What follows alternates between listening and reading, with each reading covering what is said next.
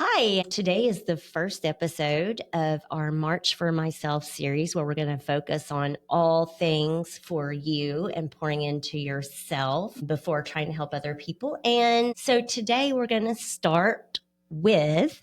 We're going to start with stop stopping. So the first question we asked Sherry was, why do we stop? We came up with 5 things. We did. And one of those was one of the reasons that we stop is old habits. And so we can talk a little about that. Yes. Another one was just being overwhelmed and a lack of a plan. Then the biggie that we're going to talk about and probably spend the most of the time talking about is fear of failure. And that's something everyone struggles with. And it can also be fear of success, which I think is odd. But we all suffer from that too, whether you think you do or not. Let's see. We got the last one's going to be like external distractions. Yeah. You forgot right in the very middle some motivation. Oh, yes. Lack of clear motivation. What's your why? My favorite question. And you forgot it right in the middle. You did it to me again. She crushes me every time. I didn't. Maybe I forgot it on purpose so that you would jump in. I never know when you're going to jump in and I just keep talking. You know, that's a thing. Like, I don't like silence. So if you don't speak up pretty quickly, I'm just going to keep rolling. Okay.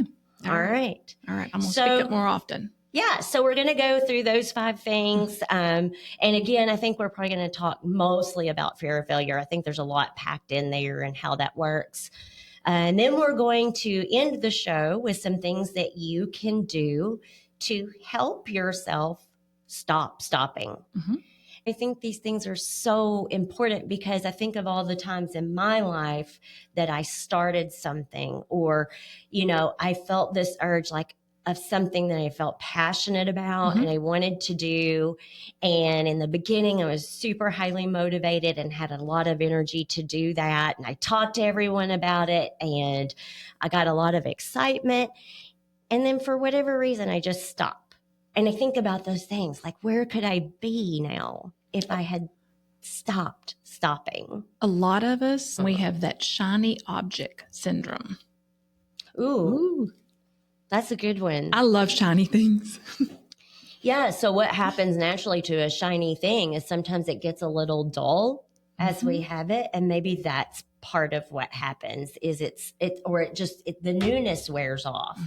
Or in the case of fear of failure, maybe it's that someone says something to you. And so it lets negative thoughts and all those self-defeating things that maybe you think inside and don't say out loud, but they're there like, oh, I'm never going to be able to do this. Or, oh, she's probably right. Or he's probably right.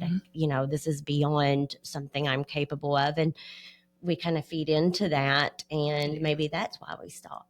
So anyway, we'll spend a lot of time on that. But at the end of the show, make sure that you stay tuned because we're going to go through four things. Right. That we believe are pretty simple, easy to implement, but you just need the awareness of them so that you have the tools in your bag ready to go when you're working on that goal, personal goal, business goal, whatever it is. But when you're working on that goal and something creeps in that makes you stop. So we want to give you the tools to stop stopping. Right. So go, Sherry, tell them. Okay. No, I mean, go ahead and start the show. Oh, stop stopping, huh? Oh my goodness. So one of the first things that keeps us from, that has us with the stop stopping is breaking our old habits. My whole life I've heard when the fear of change is less than the fear of the staying the same, then you will do something. Right. How many of us have stayed with what's familiar, even though it was really hurting us? I know that I have. Oh gosh, me too. And sometimes not even realizing that's what I was doing. But, the brain, the science of it is our brain seeks out comfort. It seeks out what we know because then it becomes predictable. Like, so no matter if that is something good or something bad, we know what's happening. Mm-hmm. We know it's going to happen, and it's comfortable, and we can predict it. And for whatever reason, that kind of feeds into self-preservation. Right. That's what I was going to say. The brain it tries to self-preserve.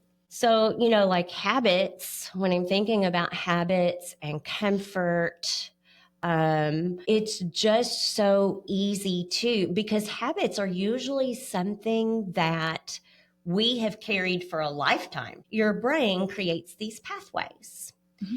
And so those pathways become what we know as habits.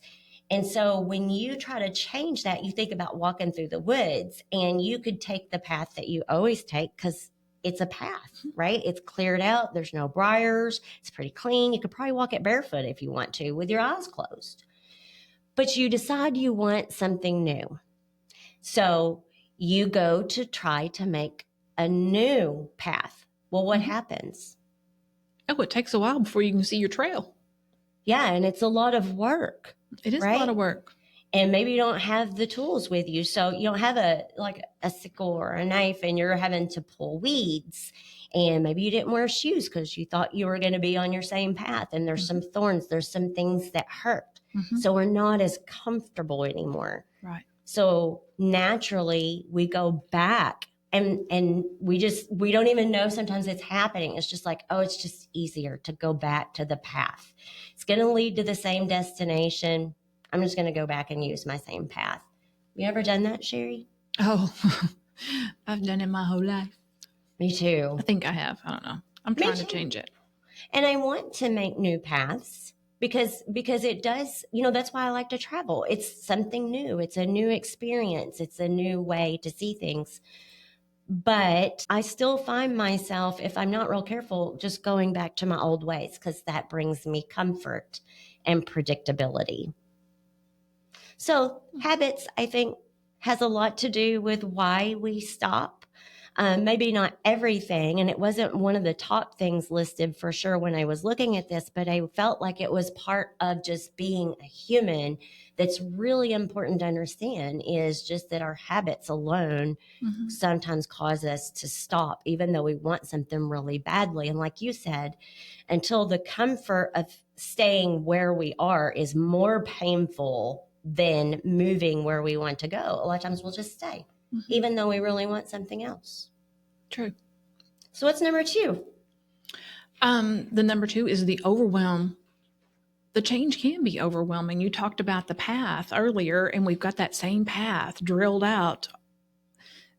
And even though on that path we get to like a ditch we've got to cross, on the other path there may not be a ditch at all, but it's just starting it out. So there is the overwhelm of how long did it take me to develop this? And it is clear, like what you said, how long is it going to take me to do this?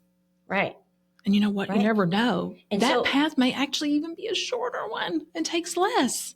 Well, and it could be. It could be. But the way you're talking about it, like when you're talking about, well, I got to make a new path. One of the things that goes along with that overwhelm, and the reason we get overwhelmed, is because you're just seeing the big picture. You're like looking from where you're standing and this whole path that you want to make, and you don't have a plan. Right. So you're seeing the one big objective without seeing small steps that you can take for the progress. Yes.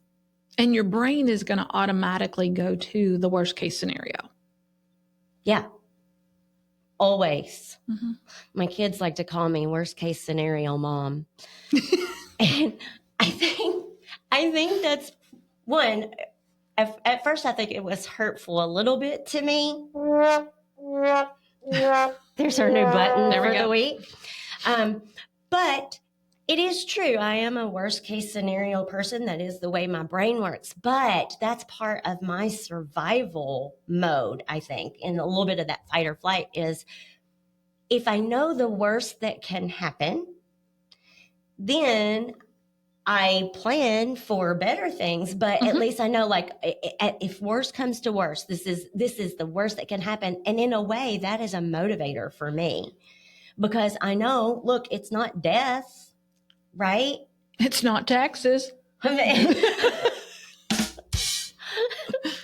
was a good one. Sherry, you're so witty. You're so fast. I'm just not like that. I'm still trying to think of the next thing, and you're anyway very witty. Thank you. Yeah, it's your God-given gift. Do you know that? I do. I actually kind of do know that. I've been told a time or two that your wit is going to get you into something you can't get yourself out of one day. I know. This is true. So what do you say? You're like you're watching yourself on here. You're a little bit more inhibited. Yes, I am a little bit more inhibited, and that's good. But I think I am too, even though I like to think I get on here and can just be myself. And I really do just want to be myself.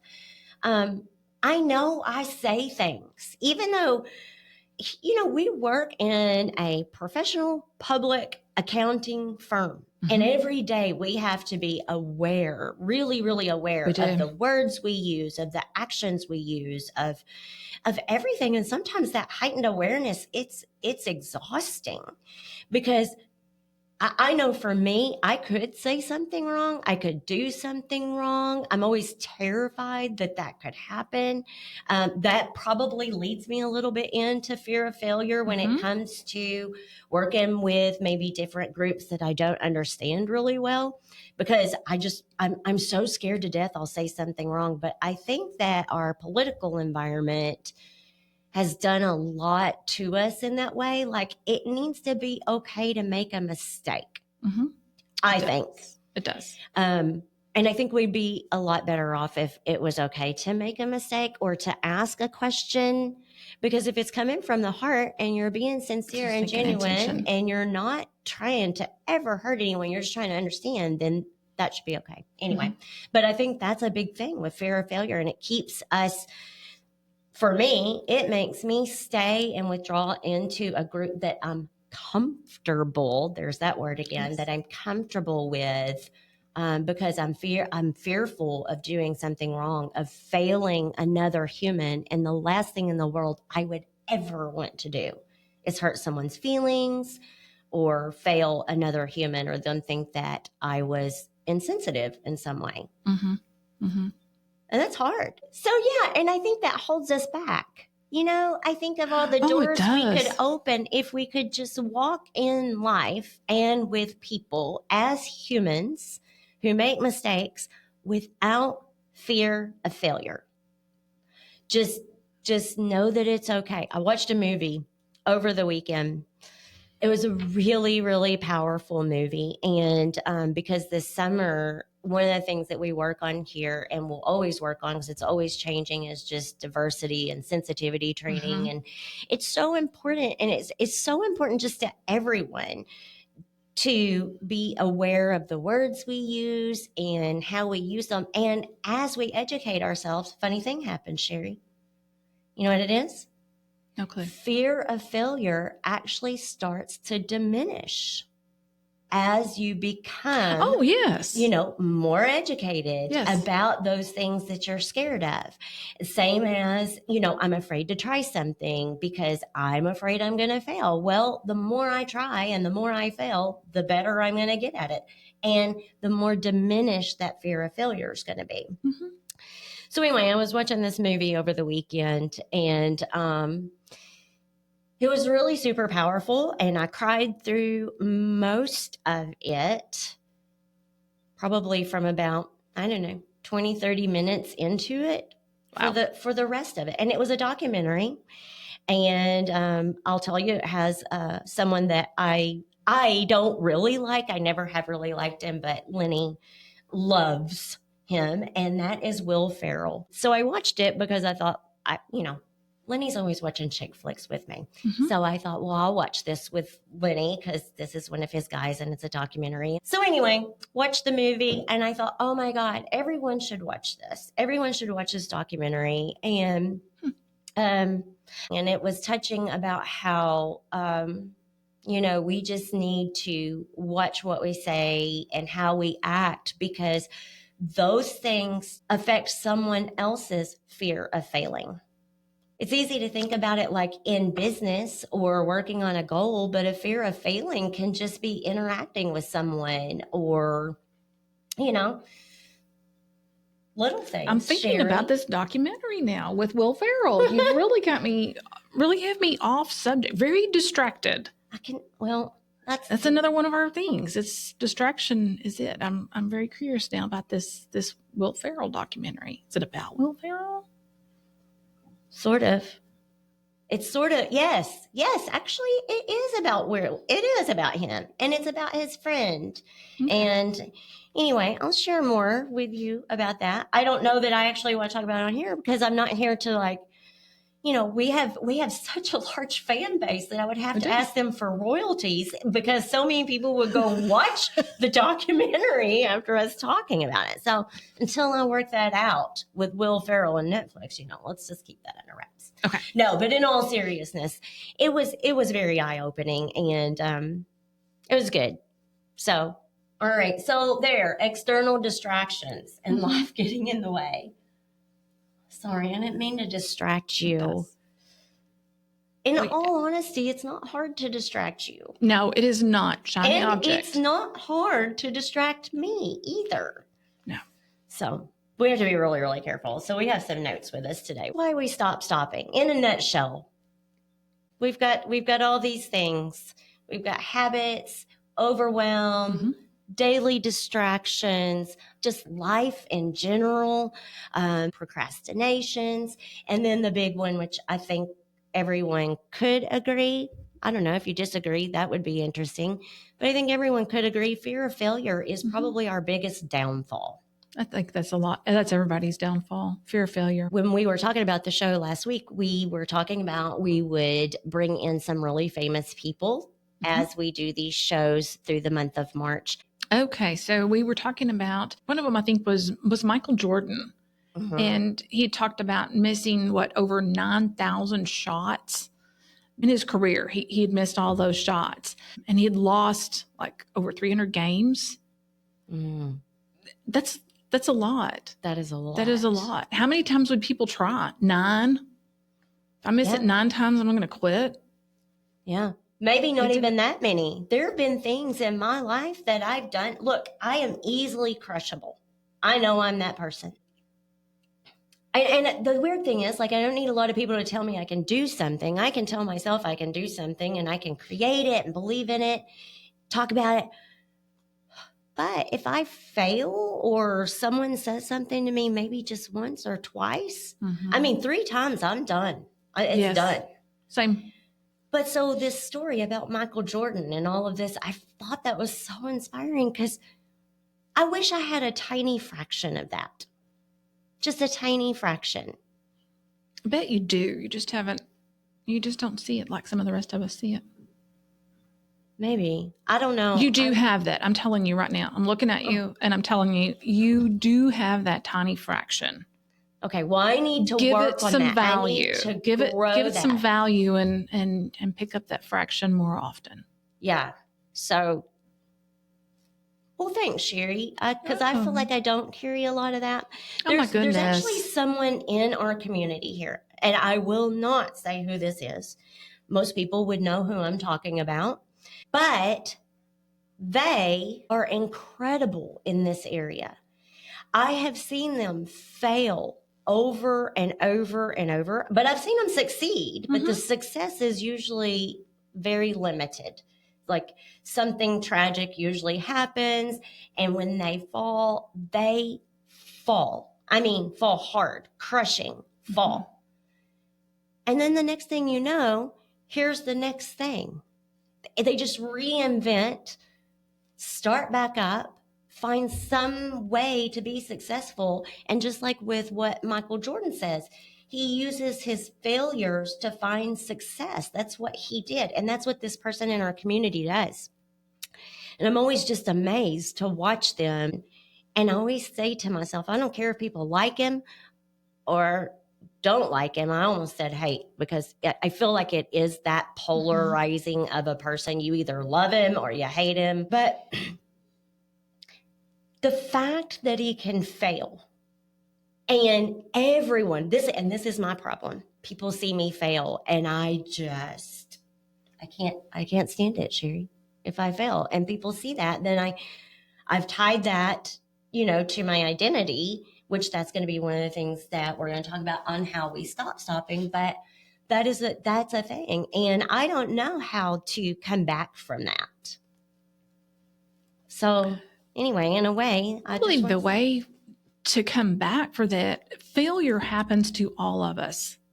Failure happens to you. It happens to me. It's the way that we react to that failure. Mm-hmm. And like what you said a while ago, it's not death. Right. We can all overcome it. Something I just read it this past week, and thanks to you, I read it, and I would have never thought about it. And it's otherizing. Oh, yeah. Devastation happens in all of our lives. It's how we look at it. Because I'm thinking about myself in a situation that I'm going through, and I'm really kind of tired of it. I'm tired of being the negative Nelly about it. Where's that little button again? I'm tired of that. I'm tired, because it does happen to other people. And right. I'm ready to change my perspective. Yeah. So back to this Michael Jordan thing. I have my glasses on, so I'm going to finish.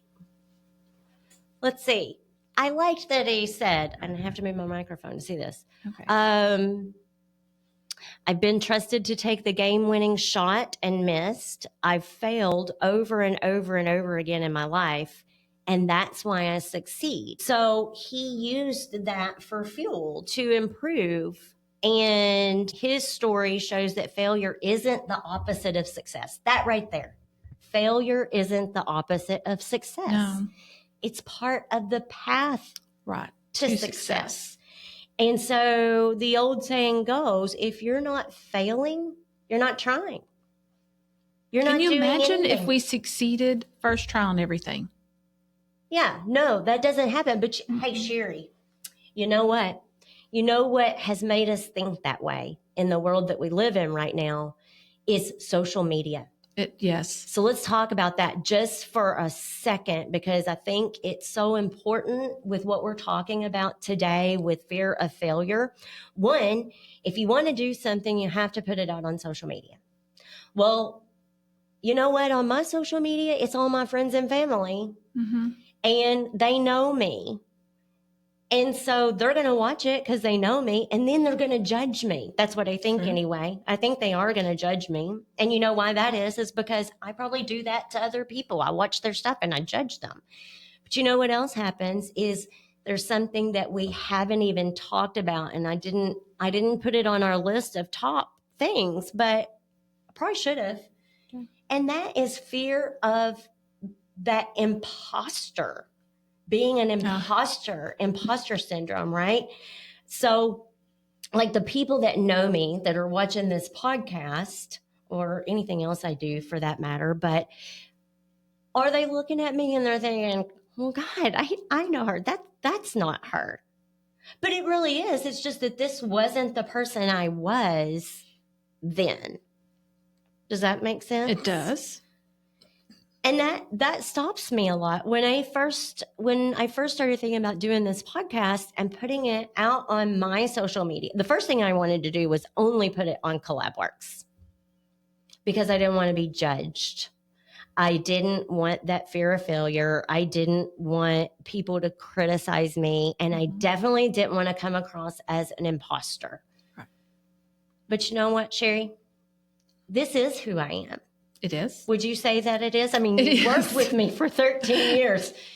It is who we are. This is who I am. This is who Sherry is. And we're not trying to be something we're not. I think if anything, if I was being really transparent and honest, I would say what the most difficult thing about today's episode is I did take some notes, and I brought some notes in here so that we didn't get lost, because I know that with my brain and your brain, and we work so fast and just feed off each other, that we might miss some of the things we wanted to talk about here. And so that feeds that imposter syndrome a little bit with me, because I feel like, oh, I should know this without having to look at notes. But that just isn't true.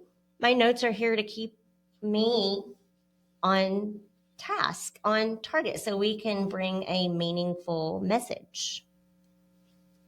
Let's get back to the notes.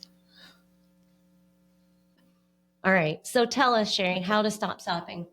So how to stop stopping is rethink what you think about failure, that it is the path to success. Remember other people have gone through it, and what can you learn from it? And remember that it's a step. And if you're not failing, you're not trying. Yes. So number 2, the second thing you can do, you want to start small. Right. Every step counts. Even small steps, they all count. You look at people with their weight loss journeys. Oh my gosh, they lost 400 pounds. And it looked like they lost the 400 pounds overnight. Because why? Because they put it on social media, and you only see the success. You don't see all the steps that went into getting there. Well, and we all want this instant gratification. And social media is a magician. You see it this way, and the next thing you know, you see it another way, and your brain believes that really happens that way, and it doesn't. It took a lot of work. Mm-hmm. It took a lot of baby steps to get to that end goal. So that's the second one. So you got your first one, you're going to reframe, right? You're going to reframe how you see it. And then you're going to put in some baby steps. Any good life coach, business coach, they'll tell you that. Like, break that down. Know what your big goal is. Break it down to the baby steps. Number 3, you're going to focus on effort, not on the outcome. True. Right? So that helps us feel good along the way. And then, also, if we're feeling bad because maybe that was a misstep, if we're focusing on the effort and not the outcome, it doesn't completely demolish our motivation to continue down the path that we've set for ourselves, that goal that we want for ourselves. I think about the daily drinking water habit. I will go on spells and do really well, and then I'll not do really well. But every day, you try to do it. And if you fail, don't worry about it. Be thankful you have fresh water to drink. Yeah. And just keep trying. Don't focus on, Focus on progress, not perfection, because you're not going to be perfect. You're going to have days that, for whatever reason, things just don't work out, or, it didn't go your way. I have a lot of those. I have a lot of those days, and it's mostly because of distraction. There's a lot of distraction and shiny objects and... Squirrel. Yes, squirrels. Squirrels. So, okay. And then the last thing. So let's talk about the last thing. So you got to detach your failure from your identity. We're going to stop with the overwhelm, with the lack of plan. We're going to stop having a lack of motivation or clear motivation. We're going to figure out what our why is. We're going to stop being afraid of failing. We are going to stop being distracted. Good luck with that one. And letting our lives get in the way. And we're going to do that by detaching from failure. We're going to start small with getting things back on track. We're going to focus on our effort and not our outcome. Outcome will be here before you know it if you just start to take small steps. Right. And then we're going to detach the failure from our identity, because you are not a failure. I am not a failure. You are not a failure. We're just still in the process of getting ready of what our purpose is. That's right. Join us next week. Let's see. Tuesday, we are doing what is your self-talk? Yeah. Right? I feel like a lot of this will feed in there as well. And that's a big subject. It's a lot to unpack on how we talk to ourselves and where that comes from. So I hope you'll join us. Goodbye. Bye. Bye-bye.